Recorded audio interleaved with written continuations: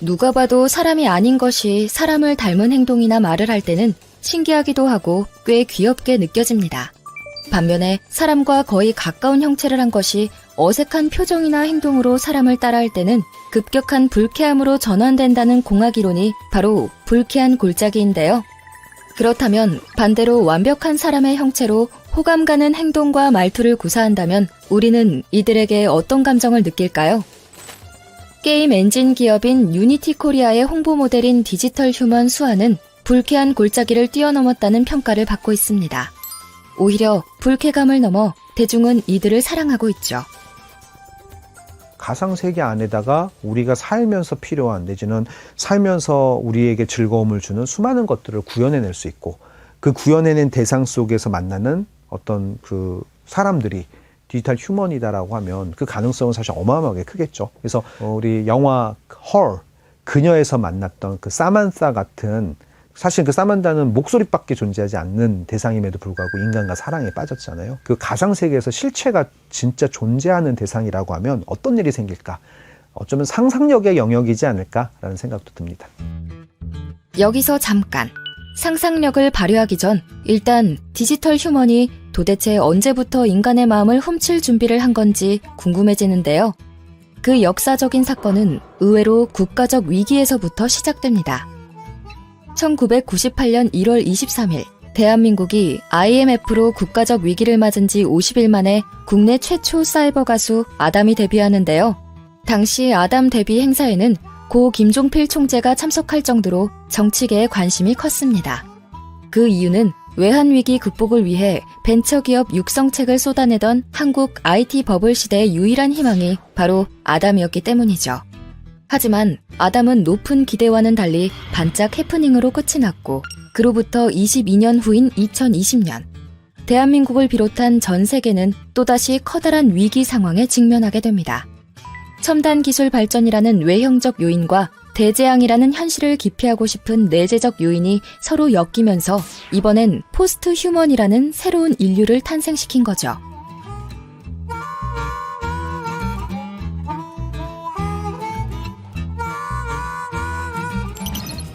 그 시작은 아바타였습니다. 가입하는 사이트에 아이디와 패스워드를 만들고 가상의 캐릭터를 만들었죠. 그러나 플랫폼이 다양해지고 메타버스 기술이 정교해지면서 상황은 조금 달라졌습니다. 디지털로 구현된 가상이라는 의미를 붙여 메타 휴먼, 디지털 휴먼, 버추얼 휴먼, 가상인간 등으로 불렸던 이들은 연예인만큼이나 영향력이 커져 버추얼 인플루언서라는 새로운 직업군도 만들어냈죠. 미국 버추얼 인플루언서 개발 회사인 버추얼 휴먼 ORG의 창립자 크리스토퍼 트레버스는 이런 말을 남기기도 하는데요. 버추얼 인플루언서는 가짜지만 실질적인 비즈니스 잠재력은 진짜입니다.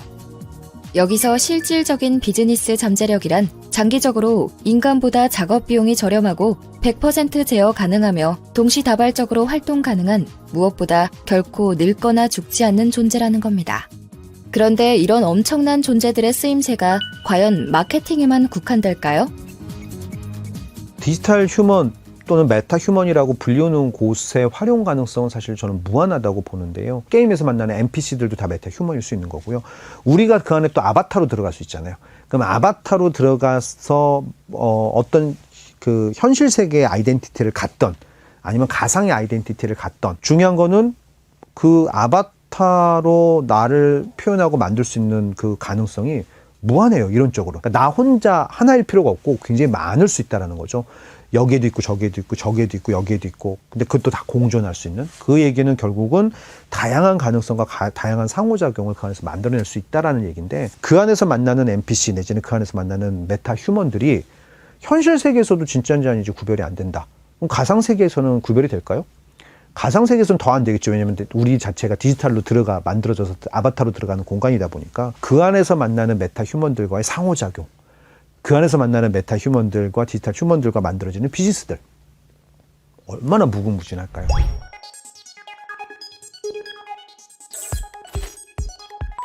스타랩이 개발한 인공인간 프로젝트인 네온.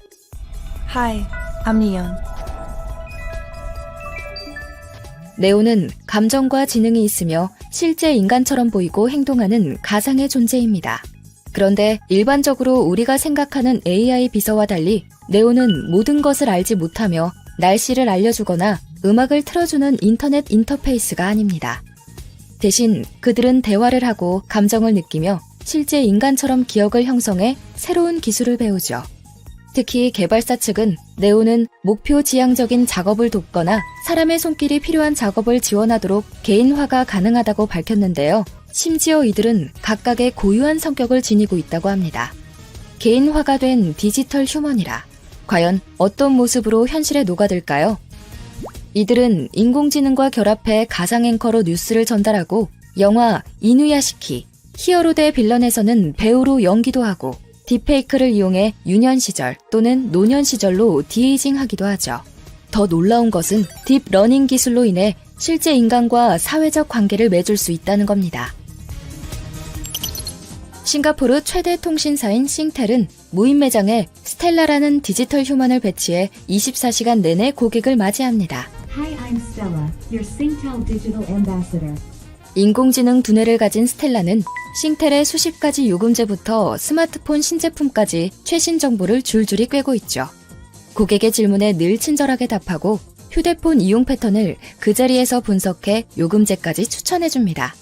특히 고객이 웃으면 미소를 보이고 언짢아 하면 죄송하다는 표정을 지으며 고객과 소통하죠.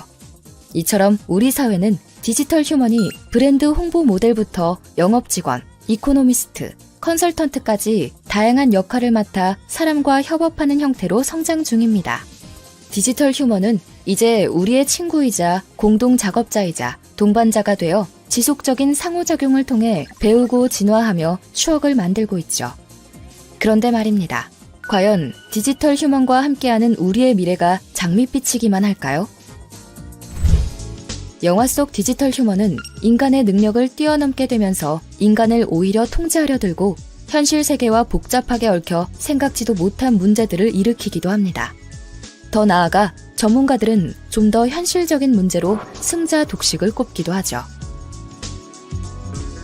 자, 그런데 뭐든지 양이 있으면 음이 있는 것이죠. 이 양에 해당되는 또 음은 뭐냐 하면 역시 승자독식 구조라고 말씀드릴 수가 있어요. 많은 사람들이 원하는 컨텐츠, 많은 사람들이 보고 싶은 사람들은 제한되어 있습니다. 그런데 그 제한된 사람들은 그동안 물리적인, 공간적인 제약, 시간적인 제약 때문에 그 많은 요청 중에서 특정 하나만 한순간에 선택할 수밖에 없었죠. 자, 그런데 이제 그 조건이 완전히 벗어나는 겁니다.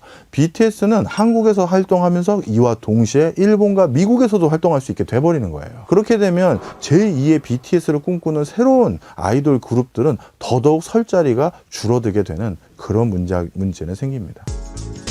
그리고 기업 측면에서도 디지털 세계로 이뤄진 가상 세계는 무한 복제가 가능한 환경이라는 사실에 주목해야 합니다. 지금보다는 훨씬 더 견고하게 저작권, 상표권, 의장권, 소상권과 같은 무형 자산 가치를 지키기 위한 사내 시스템을 보강할 필요성이 있다는 얘기죠. 딸을 키운다 라는 참신한 아이디어로 육성 시뮬레이션이란 장르를 만들어낸 프린세스 메이커.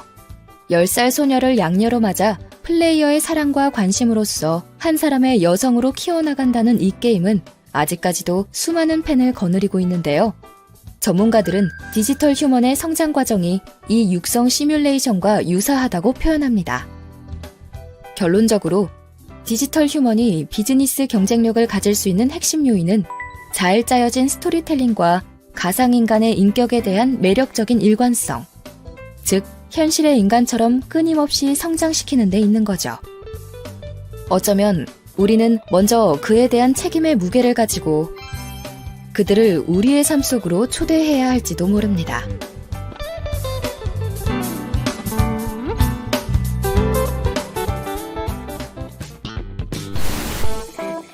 지금부터 게임 시작합니다. 현 인류보다 더 확장된 능력을 갖춘 존재로서 지식과 기술의 사용 등에서 현대 인류보다 월등히 앞설 것이라고 상상되는 진화 인류를 뜻하는 말은 3초의 시간을 드리겠습니다. 3, 2, 1. 정답은 포스트 휴먼입니다.